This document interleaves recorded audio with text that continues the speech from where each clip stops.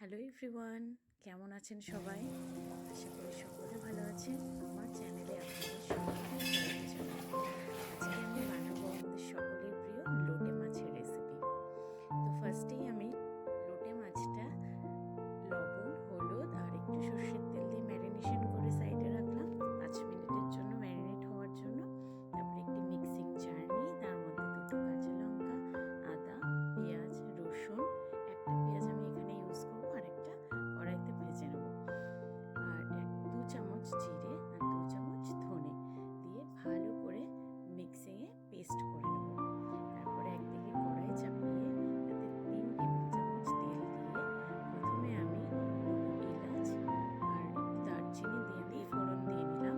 তারপরে তেল ভালো করে গরম হয়ে গেলে পেঁয়াজ কুচি দিয়ে ভালো করে লাল লাল করে ভেজে নেব। পেঁয়াজটা ভাজা ভাজা হয়ে গেলে আমি এখানে লঙ্কার গুঁড়ো হলুদটা তেলেই দিয়ে দেবো, যাতে রান্নার রঙটা যাতে সুন্দর হয়। আর একটু নাড়িয়ে চাড়িয়ে আমি যে মিক্সিং জারে পেস্টটা করে রেখেছিলাম সেখান থেকে 3 টেবিল চামচ আমি এখানটায় মশলাটা দিয়ে দিলাম। দিয়ে দুটো টমেটোর কুচিও দিয়ে দেবো। দিয়ে ভালো করে নাড়িয়ে চাড়িয়ে একটু সামান্য লবণ দিয়ে দেবো, যাতে টমেটোটার জলটা রিলিজ হয়। দিয়ে ভালো করে কষিয়ে নিয়ে আমি ম্যারিনেশন করে রাখা মাছের টুকরোগুলো দিয়ে দিলাম। দিয়ে ভালো করে নাড়াচাড়া করবো এবং অনেকক্ষণ ধরে কষাতে হবে, কারণ ওই লোটে মাছের ভিতরে যে জলগুলো আছে সেগুলো বেরিয়ে আসবে এবং যাতে এক্সট্রা জল না দিতে হয়, তাই একদম লো ফ্লেমে ভালো করে কষিয়ে নিতে হবে। দেখুন জলগুলো বেরিয়ে এসছে। এই জলটা ভালো করে কষাতে হবে আর তেলটা যাতে সার্ফেসে উঠে আসে সেই মতো আমাদের অপেক্ষা করতে হবে। প্রায় কষানো হয়ে গেছে। আমি যতটুকু গ্রেভি করবো, আমি আমার গ্রেভিটাই পছন্দ করি, তাই তার মধ্যে গন্ধরাজ পাতা কুচি আর একটু গরম মশলার গুঁড়ো দিয়ে ঠিক অতটুকুনি তুলে নেব।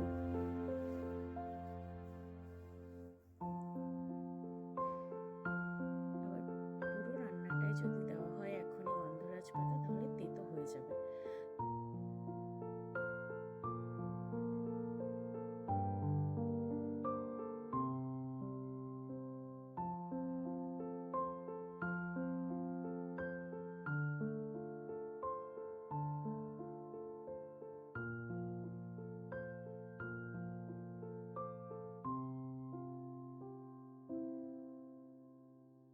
দেখুন এবার বাকি যে গ্রেভিটুকু রয়েছে সেগুলো যতক্ষণ না অবধি জলটা পুরো টেনে নেবে, কারণ আমি এটাকে পুরো ঝুড়ো লোটে মাছ করব, এর জলটা পুরো শুকিয়ে যাবে, তারপরে আমার রান্নাটা কমপ্লিট হবে। আমার বাড়ির লোক মানে আমার হাজবেন্ড, আমার শ্বশুরমশাই, শাশুড়ি এটাই পছন্দ করে। তো আমি এটাকে ভালো করে শুকিয়ে নিলাম। আর লাস্টে নামানোর আগে আমি সর্ষের তেল, গন্ধরাজ পাতা আর গরম মশলার গুঁড়ো দিয়ে ঢেকে রেখে দেবো। আমার রান্না এখানে কমপ্লিট। টাটা, দেখা হবে পরের ব্লগে।